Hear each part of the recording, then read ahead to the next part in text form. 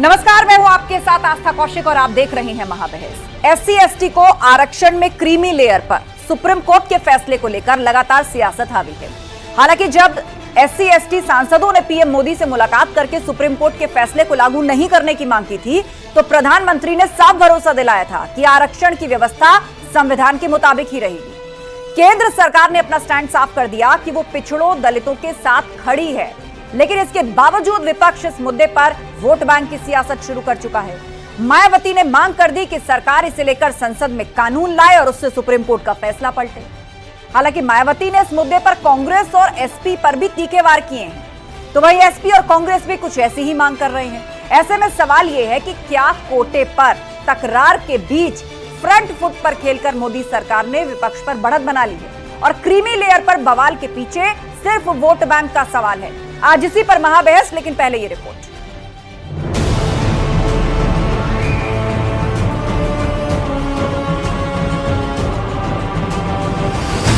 आरक्षण वाली सियासत, कोटे पर बगावत। एनडीए सरकार बाबा साहेब अंबेडकर जी के बनाए संविधान के प्रावधानों के प्रति प्रतिबद्ध है, संकल्पबद्ध है। मायावती का तंज, राहुल अखिलेश पर वार प्रचंड। परंतु इस आश्वासन को तो तभी पूरा किया जा सकता है जब केंद्र सरकार वर्तमान में चल रहे संसद सत्र में ही एक संविधान संशोधन विधेयक लाकर माननीय सुप्रीम कोर्ट के इस निर्णय को निष्प्रभावी बनाते हुए ये प्रावधान लाती है। कोटे पर तकरार, फ्रंट फुट पर मोदी सरकार। एससी एसटी के ऊपर एक बहुत ही बड़ी कुराड़ी उन्होंने डाली है और ये इरादा कि बीजेपी का आहिस्ता आहिस्ता रिजर्वेशन खत्म करना। कोटे पर मोदी का स्टैंड, पिछड़ों के साथ खड़े हैं। कि दुनिया के किसी कोने में कोई हिंदू प्रताड़ित हो रहा है तो उसके प्रति आवाज उठा सके, क्योंकि उसमें भी उन्हें लगता है कि अगर हम आवाज उठाएंगे तो कहीं यहाँ उनका वोट बैंक न खिसक जाए। दुनिया के अंदर होने वाले किसी अत्याचार में वोट बैंक दिखाई देता हो, वो आपकी हितैषी कैसे हो सकते हैं? क्रीमी लेयर पर बवाल, ये वोट बैंक का सवाल।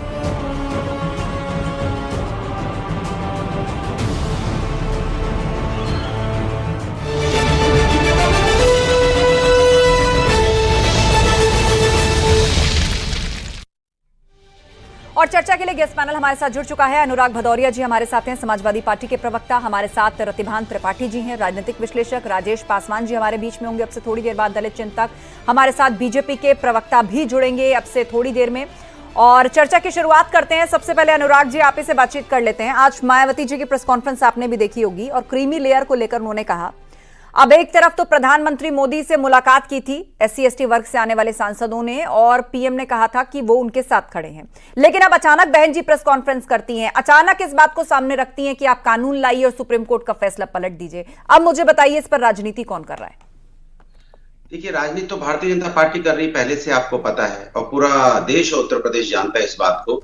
और चुनाव में भी हमने इस मुद्दे को उठाया था कि भारतीय जनता पार्टी रिजर्वेशन खत्म करने के विचार में, उनकी जो भाषा शैली है, जो उनके हाव भाव हैं, उससे यही पता चलता है कि रिजर्वेशन के पक्ष में कभी रहे ही नहीं। कभी कभी उनके नेताओं के वक्तव्य सुन लीजिए, तो हम तो हमेशा कहेंगे कि ये भारतीय जनता पार्टी क्या समाज के बीच में जो हमारा जो समाज के जो पिछड़े लोग हैं, जो नीचे तबके जो नीचे रह गए, उनको ऊपर लाने की जिम्मेदारी तो हमारी है ना। ये तो लोहिया जी भी यही कहते थे, लेकिन भाजपा ने इससे इनकार थोड़ी किया है। पीएम से जब डेलीगेशन मिला सभी पार्टियों का, एससी एसटी वर्ग से आने वाले सांसद, तो उन्होंने कहा कि हाँ वो एग्री करते हैं, वो साथ में खड़े हैं। अब इस पर नए सिरे से प्रेस कॉन्फ्रेंस करके क्या बात आगे रख रहे हैं, तो क्या इसको विशुद्ध राजनीति ना कहा जाए? देखिए, भारतीय जनता पार्टी जो कहती है वो कभी करती नहीं। भारतीय जनता पार्टी तो 2 करोड़ रोजगार देने का भी वादा किया था इसी जनता से, 2014 में किया था, क्या कर दिया अभी तक? किसान की इनकम दुगनी करने की बात की थी, क्या कर दी अभी? देश के अंदर महंगाई और बेरोजगारी खत्म करने की बात की थी, क्या कर दी? अब तो 10 साल हो गए। तो इनकी बातों पे आप यकीन कहां करते हैं? जो कहते हो करते कहां? इनको सत्ता चाहिए। समाज के अंदर में कैसे नफरत की राजनीति करें, समाज को कैसे डिवाइड करें, कैसे डिवाइड रूल, जो अंग्रेजों वाला फॉर्मूला है, उसी पे तो भारतीय जनता पार्टी चलती है ना। हम समाजवादी लोग हैं जो समाज को जोड़ने की बात करते हैं, समाज को विकास के रास्ते पे ले जाना चाहते हैं। समाज हालांकि बसपा सुप्रीमो मायावती ने सपा को भी घेरा है, कांग्रेस को भी घेरा है, मैं उस पर आऊंगी, लेकिन इससे पहले के कमेंट सभी पैनलिस्ट के हो जाएं और रुक करते हैं। हमारे साथ रतिभान त्रिपाठी जी हैं, राजनीतिक विश्लेषक। रतिभान जी बताइए, अब अचानक बहन जी की प्रेस कॉन्फ्रेंस और उनका ये कहना कि भाई कानून लाइए आप पार्लियामेंट के अंदर और सुप्रीम कोर्ट के फैसले को पलट दीजिए, जबकि पीएम ने पहले स्पष्ट कर दिया है कि वो इस पर साथ हैं, जो SC/ST सांसदों ने उनके सामने रखा था। तो अब मुझे बताइए कि ये पॉलिटिक्स कौन कर रहा है यहाँ पर और उस राजनीति की आवश्यकता है, कौन खड़ा है? क्या SC/ST का हक वाकई मारा जा रहा है? देखिए, आरक्षण एक राजनीतिक विषय जब पहले से ही रहा है, शुरुआती दौर से रहा है, तो स्वाभाविक रूप से राजनीति सभी कर रहे हैं, चाहे वो भारतीय जनता पार्टी हो, चाहे समाजवादी पार्टी हो या बहुजन समाज पार्टी। और बहुजन समाज पार्टी के लोग तो हमेशा इस बात के पक्षधर है कि जो बाबा साहब अम्बेडकर ने आरक्षण की बात की है वो हम उसी को मानेंगे, सभी उसी को फॉलो कर रहे हैं। भारतीय जनता पार्टी ने अगर कुछ कहा है, कोई नई बात नहीं कही है। भारतीय जनता पार्टी ने भी वही कहा है जो सभी कह रहे हैं। मुझे ये लगता है कि इस मामले में कोई पहली बार थोड़ी सुप्रीम कोर्ट की बात पलटने की बात आ रही है। राजीव गांधी ने साहबानो केस में सुप्रीम कोर्ट का फैसला पलटा था। ये बहुत पुराना मामला है, सब 87-88 का। तो इतना पुराने मामले, अब इसके बाद एक नया मामला आया है जो जातियों से जुड़ा हुआ, आरक्षण से जुड़ा हुआ है, दलितों और वो भी ऐसा मामला है जिसे लेकर प्रधानमंत्री स्पष्ट कर चुके हैं कि कोटा विद इन कोटा नहीं बनेगा, क्रीमी लेयर बाहर नहीं, बाबा साहेब के संविधान के तहत ही जो आरक्षण मिल रहा है और ऐसे ही चलेगा देश में। सब जानते हैं कि इस दलित बिरादरी में भी एक बिरादरी, खासतौर से उत्तर प्रदेश के संदर्भ में अगर देखें, और जिसको लेकर मायावती जी परेशान है, एक बिरादरी जो मायावती जी की बिरादरी है, उस बिरादरी को ज्यादा आरक्षण मिला है स्वाभाविक रूप से, क्योंकि उसी बिरादरी का उत्तर प्रदेश में वर्चस्व है। तो ऐसे में मायावती जी कहेंगे कि इसके लिए किया जाए, क्योंकि उससे कटेगा अगर कोटा तो किसका कटेगा? एक उसी जाटो बिरादरी का कटेगा और दूसरे उन तमाम उप बिरादरियों को मिलेगा जिनको आरक्षण का लाभ बिल्कुल नहीं मिला। ऐसे मायावती जी तो फड़फड़ाएंगे, कहेंगे ही। हाँ, ये बात मायावती जी कहें, इससे पहले भारतीय जनता पार्टी ने कह दिया, तो लाभ तो भारतीय जनता पार्टी ने उठाने की कोशिश की है। ठीक है, अंशु अवस्थी जी हमारे साथ जुड़ चुके हैं, कांग्रेस के प्रवक्ता। आज की प्रेस कॉन्फ्रेंस में अंशु जी, बहन जी ने आरक्षण के मामले को लेकर सपा पर भी आरोप लगाए और कांग्रेस पर भी आरोप लगाए, और उनका साफ कहना है कि ये सभी पार्टियां जो हैं ये दिखावा और करती हैं, लेकिन अब वो चाहती हैं कि संसद में कानून आए, उससे सुप्रीम कोर्ट के फैसले को पलटा जाए। देखिए, आरक्षण के बारे में तो इस बात को सभी जानते हैं, खासतौर से दलित समाज भी समझता है कि पहली बार जो आरक्षण था वो पूना पैक्ट के माध्यम से मिला था, बाबा साहब के, और जो पूना पैक्ट हुआ था उसके माध्यम से। उसके बाद जो संविधान में उसे कानूनी दर्जा मिला, तो उसमें पंडित जवाहरलाल नेहरू, सरदार वल्लभ भाई पटेल, महात्मा गांधी जी सभी का योगदान। तो आरोप लगाने को ठीक है, मायावती जी अपनी राजनीति कर रही हैं और राजनीति करने के नाते वो आरोप लगा सकती हैं, आरोप ही लगाएंगी, ये तो तारीफ नहीं करेंगी। लेकिन ये सभी जानते हैं कि इस देश में जो कानूनी उसको जामा पहनाने का काम वो कांग्रेस पार्टी और संविधान सभा में तत्कालीन जो नेता थे उन्होंने किया था, पूरा उसका समर्थन था। ठीक है, आज भी इस बात को लेकर हम बिल्कुल मुतमईन है और हम उम्मीद करते हैं कि सरकार इस पर जल्द से जल्द प्रावधान लाए। ठीक है, और चाहती तो राजेश पासवान जी हमारे बीच में, दलित चिंतक। राजेश जी, बहन जी को ये प्रेस कॉन्फ्रेंस करने की आवश्यकता क्यों पड़ी? क्या उनको वोट बैंक खिसकने का डर सता रहा है? एक सेकंड में लौटूंगी अंशु जी, एक बार सभी लोग अपनी बात रख लें। राजेश पासवान, मैं किसी भी राजनेता के ऊपर कोई मैं टिप्पणी नहीं करना चाहूंगा, लेकिन मैं जरूर कहूंगा कि सुप्रीम कोर्ट के फैसले में कुछ बातें थी। बातें ये थी कि क्रीमी लेयर को परिभाषित किया जाना चाहिए, बातें ये थी कि जातिगत जनगणना का उसमें एक संकेत छिपा हुआ था, ये डेटा होना चाहिए कि किसके पास क्रीम है और किसके पास मट्ठा है। तो ये जो सुप्रीम कोर्ट के फैसले जो संकेत था। दूसरी बात मैं कहना चाहूंगा, आरक्षण के बारे में निगेटिव निर्णय लेना किसी भी पार्टी के लिए संभव नहीं है, लेकिन आरक्षण की जरूरत को खत्म कर देगी। सुब्रमण्यम स्वामी ने बहुत पहले कहा था कि सरकारें आरक्षण बनाए रखेगी, सारी नौकरियां खत्म कर देगी, और पिछले यूपीए सरकार ने भी और एनडीए सरकार ने भी इन्हें सारी सरकारी नौकरियों को धीरे धीरे खत्म करती जा रही है, और आरक्षण बना रहेगा, अवसर खत्म हो जाएंगे।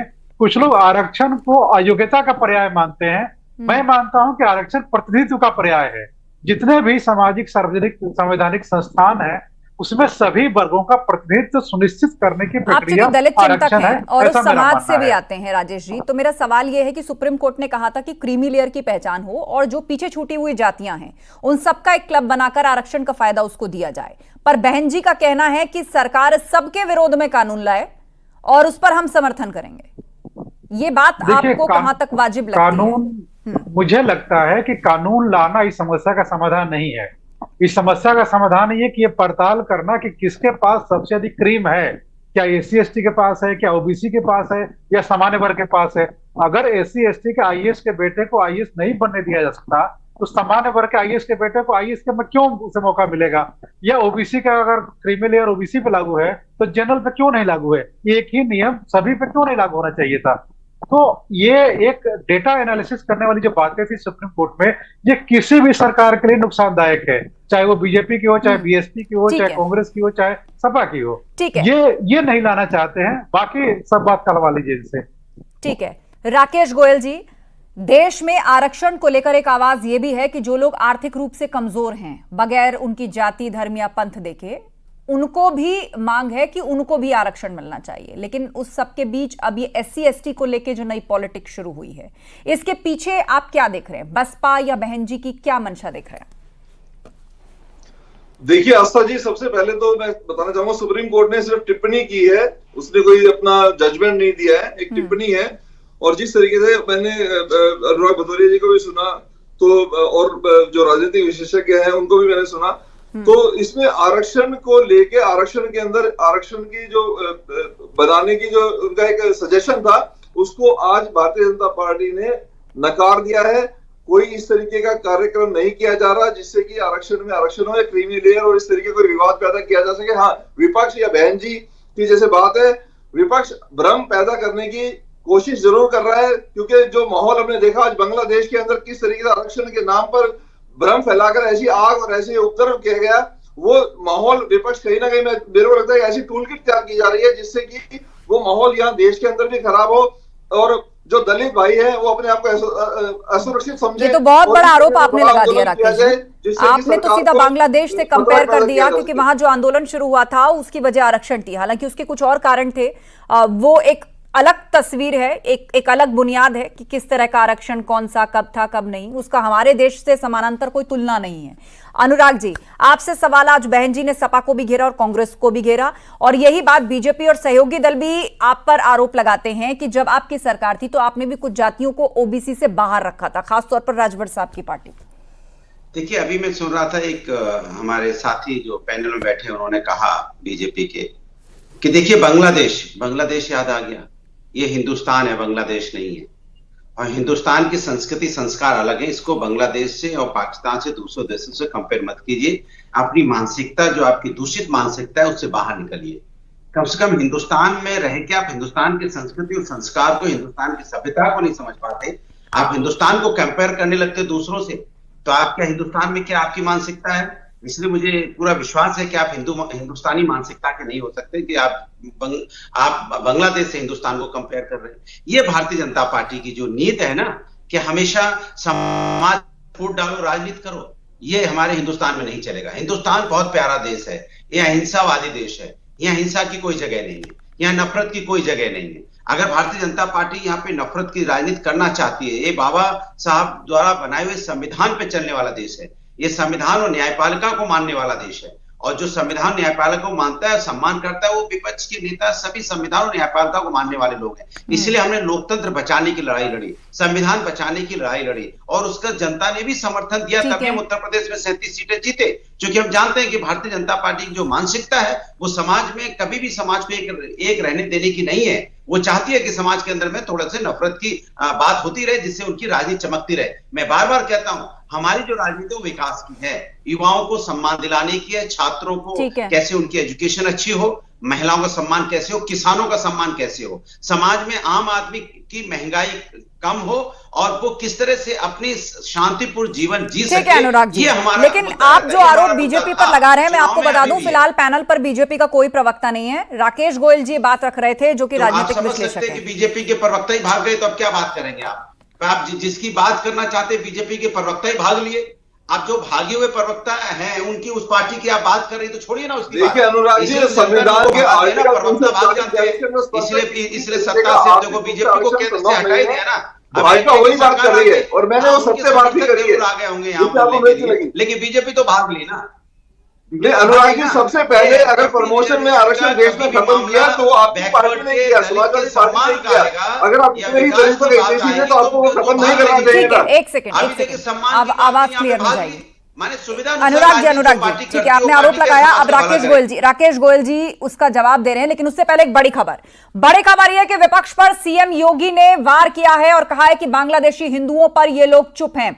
बांग्लादेशी हिंदुओं में 90% दलित हैं। ये चुप है क्योंकि वो इनका वोट बैंक नहीं है, इनमें भारतीयता का सम्मान नहीं है। विपक्षी दलों को निशाने पर लिया है मुख्यमंत्री ने और कहा है कि बांग्लादेशी हिंदुओं को लेकर ये चुप है और जिन पर एट्रोसिटी और हिंसा हुई है उनमें 90% दलित हैं। खामोश हैं सब लोग क्योंकि वो इनका वोट बैंक नहीं है। गेस्ट पैनल हमारे साथ जुड़ा हुआ है, चर्चा को आगे बढ़ाते हैं। हमारे बीच में अंशु अवस्थी जी हैं। अंशु जी, उत्तर प्रदेश के मुख्यमंत्री ने आरोप लगाया, लेकिन उससे पहले हम सुनवा देते हैं उन्होंने क्या कहा।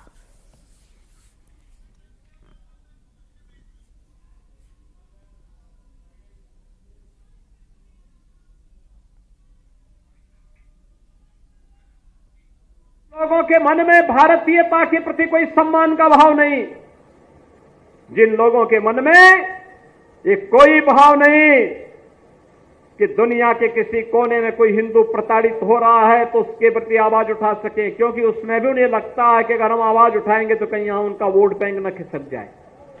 वोट बैंक भी जिनको दुनिया के अंदर होने वाले किसी अत्याचार में वोट बैंक दिखाई देता हो, वो आपके हितैषी कैसे हो सकते हैं। याद रखना, जो बांग्लादेश में हो रहा है, जो चर्चाएं हो रही थी अभी, वहां 90% जो हिंदू बचा है वह दलित समुदाय से है। और मैं इसीलिए कहना चाहूंगा, ये जो सबके मुंह सिले हुए हैं, इसलिए सिले हुए हैं क्योंकि इनके मालूम है कि बांग्लादेश को हिंदू उनका वोटर नहीं होगा। वह हिंदू है, ये हो सकता है उसकी गलती हो, लेकिन हम उसको गलती नहीं मानते, हम उसको मानते हैं उसका सौभाग्य है कि वो हिंदू है और उसकी रक्षा करना हम सबका दायित्व है। अंशु अवस्थी जी, उत्तर प्रदेश के मुख्यमंत्री ने आरोप लगाया है कि जिन हिंदुओं पर हिंसा हो रही है बांग्लादेश में, उसमें 90% दलित हैं और देश में दलितों और आरक्षण के एक ऐसे मुद्दे को उठाया गया है जिसे लेकर सरकार पहले ही आश्वस्त कर चुकी है कि संविधान सम्मत ही आरक्षण मिलेगा, हम आपके साथ हैं, और इस पर चुप्पी। देखिए, मुख्यमंत्री जी ने बहुत अच्छा विषय उठाया है और शायद उन्होंने बांग्लादेश में जाति जनगणना कराई होगी, इससे उनको अंदाजा हो गया है कि जो बांग्लादेश में अत्याचार हो रहा है हिंदू में सबसे ज्यादा दलित है। तो हम मांग करते हैं कि जब बांग्लादेश में उन्होंने जाति जनगणना कर ली है अपने निजी सूत्रों से या निजी रिसोर्सेज से, तो भारत सरकार को भी वो एक पत्र लिखें, क्योंकि उत्तर प्रदेश के जो निवासी हैं वो भी जाति जनगणना चाहते हैं। वो जानना चाहते हैं कि ओबीसी कितने हैं या दलित कितने हैं।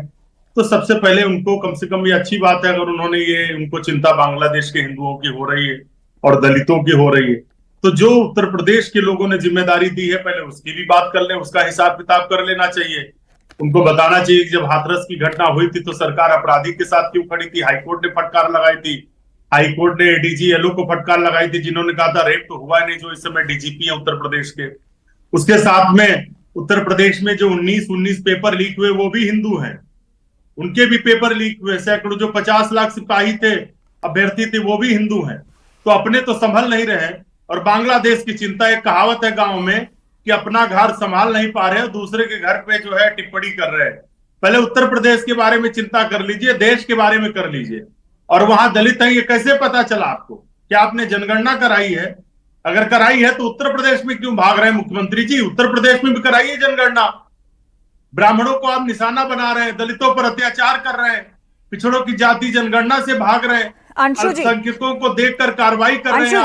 अगर कोई मुसलमान है तो बुलडोजर चलेगा। आपकी पूरी बात 40 सेकंड तक सुनिए। एक सेकंड अंशु जी, पूरी बात आपकी 40-50 सेकंड जो आपने कहा वो मैंने सुना। आपने कहा कि उत्तर प्रदेश की फिक्र नहीं है, पहले देश की फिक्र कर ले, प्रदेश की फिक्र कर ले, बांग्लादेश की बाद में कर ले। आपकी पार्टी के एक नेता है सलमान खुर्शीद, उन्होंने थोड़े दिन पहले बयान दिया था कि जो बांग्लादेश में हो रहा है वो हिंदुस्तान में भी हो सकता है, वो हिंदुस्तान में भी हो सकता है। ये आप ही के पार्टी के एक सीनियर लीडर कह रहे हैं।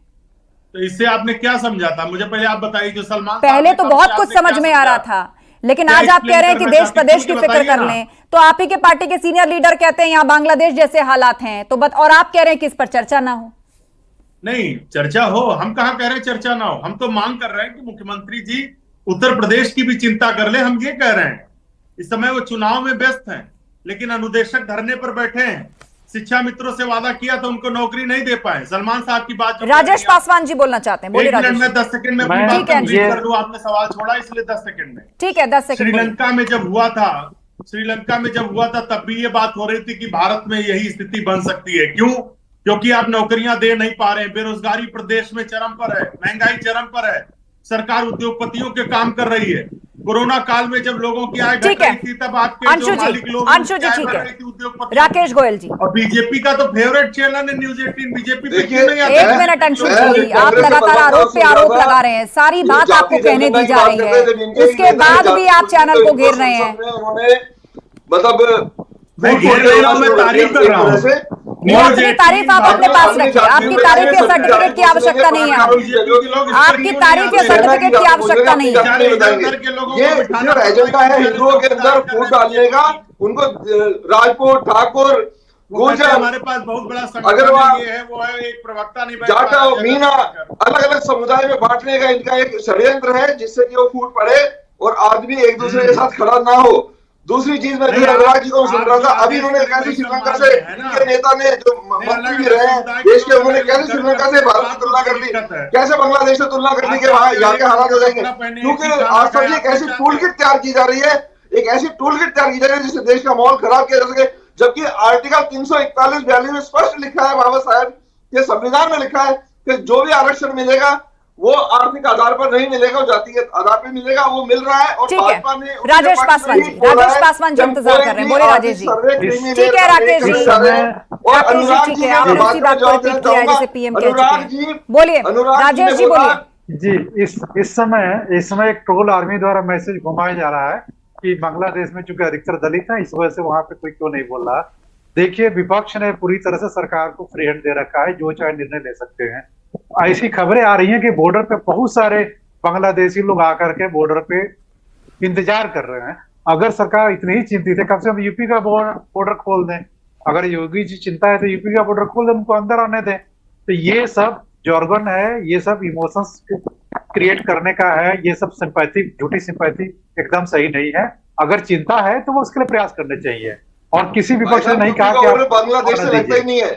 आप पहले भूगोल की जानकारी लीजिए। आप जहां भी लगता है, जहां भी लगता है आपने यूपी का बोला, योगी जी दूसरे स्टेट में कैसे कर देंगे? बंगाल में कैसे बॉर्डर खोल देंगे? बीजेपी के सहयोगी जितने भी राज्य हैं सबको खोल दे, केंद्र सरकार खोल दे, बीएसएफ को अलाउ कर दे कि भाई आने दीजिए, केंद्र सरकार खोल दे भाई। सबको एक ही डबल इंजन में तो एक इंजन उनका भी है ना। संवेदनशील होता है, सरकार ऐसे डिसीजन नहीं लेती। उस भीड़ की आड़ में आतंकवादी भी आपने देखा है, वहाँ कितने संवेदनशील मुद्दे को मजाक बना रहे हैं। अगर वो हिंदुस्तान में घुस गए, संवेदनशील मुद्दे को मजाक मत बनाइए। बांग्लादेशी रोहिंग्या घुसे हुए हैं, अगर ये अपराधी लोग भी घुस गए हिंदुस्तान में तो हिंदुस्तान की हालत क्या होगी? एक तरफ अपराधी कर, दूसरी तरफ दलित कर। एक सेकेंड, आपसी वाद विवाद में मत उलझिए, आपसी वाद विवाद में मत उलझिए। मैं रोकना चाहूंगी आप दोनों को। रतिभान त्रिपाठी जी, अब मुझे बताइए कि ये जो SC/ST पॉलिटिक्स है, ये इस वक्त की जरूरत है क्या? वही सवाल आपसे कि बहन जी को इस बात का जिक्र अब करने की क्या आवश्यकता थी, क्या आवश्यकता क्यों पड़ी उनको? क्या वो अपने वोट बैंक को लेकर श्योर नहीं है? आस्था जी, सुप्रीम कोर्ट के संविधान पीठ ने जो मंतव्य जाहिर किया है, उस मंतव्य में कोई खोट नहीं है। मैं उस मंतव्य से 100% सहमत हूँ। ये आपकी निजी राय होगी, लेकिन ना तो इसको सरकार कह रही है और ना ही विपक्षी दल कह रहे हैं। लेकिन चूंकि पार्टियों के, राजनीतिक दलों के अपने स्वार्थ होते हैं, उसी स्वार्थ के तहत भारतीय जनता पार्टी ने दलितों को खुश रखने के लिए बात कही। उसी स्वार्थ के तहत बहुजन समाज पार्टी की मुखिया हैं जो दूसरे दर्जे पर आ गई इस वक्त। दूसरे दर्जे पर इसलिए कह रहे, पहले नंबर पर भारतीय जनता पार्टी आ गई, टीका टिप्पणी करके प्रधानमंत्री ने अपनी बात कह दी, योगी जी ने अपनी बात कह दी। अब दूसरे नंबर पर आ गई हैं वो, क्योंकि उन्होंने भी ये बात अपनी प्रेस कॉन्फ्रेंस करके कह दी कि उन्हें भी ये विभाजन स्वीकार्य नहीं है और संविधान पीठ इसको उसमें जाके कानून बनाकर फैसला पलटना चाहिए। तो अब बाकी जो पार्टियां रह गई, समाजवादी पार्टी और कांग्रेस, उन्होंने अभी अपना कोई इस पर अपनी स्पष्ट राय नहीं रखी है, लिहाजा अभी सारी बातें स्पष्ट नहीं हो पाई हैं। पर मेरा ये मानना है कि सारे लोग भारतीय जनता पार्टी के ही राय से सहमत होंगे, क्योंकि भारतीय जनता पार्टी ने इसमें लीड जरूर ले ली है, लेकिन सहमति सबकी होगी, कोई इससे बाहर नहीं जा सकता। बात दलितों के वोट का मामला है, बात दलितों के से वोट लेने का है। लीड भारतीय जनता पार्टी ने पहले ही ले रखी है। ये तो वक्त बताएगा, लेकिन सच ये है कि भारतीय जनता पार्टी ने ऐसी लीड ले ली है, ऐसी लीड ले ली है कि लीड लेते लेते वो गायब ही हो गई डिबेट से। अब बताइए क्या बात, कैसे लीड ले ली? जो लोग अपने शब्द बोलने के लिए आने को तैयार नहीं। अरे सर, मैं आपसे नहीं बात कर रहा हूँ भाई। देखो आस्था जी, जब बीजेपी प्रवक्ता नहीं है तो जो और लोग एक सेकंड हम लोग कह पाएंगे। एक सेकंड, कम से कम एक तो बीजेपी प्रवक्ता अगर नहीं आए, पहले हम लोग को पता चल जाता कि आना चाहिए तो हम नहीं आते। आपकी तरह मुझे भी नहीं मालूम था अनुराग जी, एंड मोमेंट पर पता चला कि वो पार्टिसिपेट नहीं करेंगे। हाँ, तो आप ही कहिए ना, भगोड़े हैं, भाग जाते हैं जब देश के। चलिए आप जवाब दीजिए, आप जवाब सुनिए। रिजर्वेशन पे बात आएगी, अभी जब बांग्लादेश पे बात आती तो मैं सवाल पूछता ना कि सरकार क्या कर रही है, सरकार ने क्या कदम उठाए वहां पे अपने लोगों को बचाने के लिए, और सरकार बताए आके सामने ना। बहुत लाल आंखें सरकार दूसरों को दिखाती थी, आज जहां अपने लोग परेशान हुआ, लाल आंखों को क्या होगा, मैं सवाल पूछता, लेकिन बीजेपी भाग गई। आप बताइए किससे सवाल पूछे? ये है इनकी संवेदनाएं लोगों के प्रति, मतलब जहां जवाब चाहिए वहां नहीं आएंगे, वहां भाग लेंगे। चलिए समय खत्म हो रहा है, लास्ट कमेंट रतिभान जी। जी देखिए, मैं फिर कह रहा हूं कि मेरे निजी विचार है कि संविधान पीठ ने जो राय जाहिर की है उसमें कोई गलती नहीं, कोई खोट नहीं दिखती है। जो जातियां, बोलिए ना, बीजेपी से सवाल पूछना था, जो जातियों को आरक्षण का लाभ नहीं मिला है, चाहे किसी भी समुदाय से हो, चाहे वो उन्हें मिलना चाहिए, लेकिन नहीं मिल पा रहा है। चलिए ठीक है, समय खत्म हो गया है, समय खत्म हो गया। आप सभी लोगों ने अपनी अपनी बातें रखी, बहुत शुक्रिया इस चर्चा में शामिल होने के लिए। तो पीएम मोदी ने साफ भरोसा दिलाया कि आरक्षण की व्यवस्था संविधान के मुताबिक ही रहेगी। केंद्र सरकार ने अपना स्टैंड साफ कर दिया है कि वो पिछड़ों दलितों के साथ खड़ी है, लेकिन इसके बावजूद विपक्ष इस मुद्दे पर वोट बैंक की सियासत शुरू कर चुका है और मायावती ने यह मांग कर दी है कि सरकार इसे लेकर संसद में कानून लेकर आए। महाबहस में इतना ही। खबरें जारी हैं, आप बने रहिए हमारे साथ।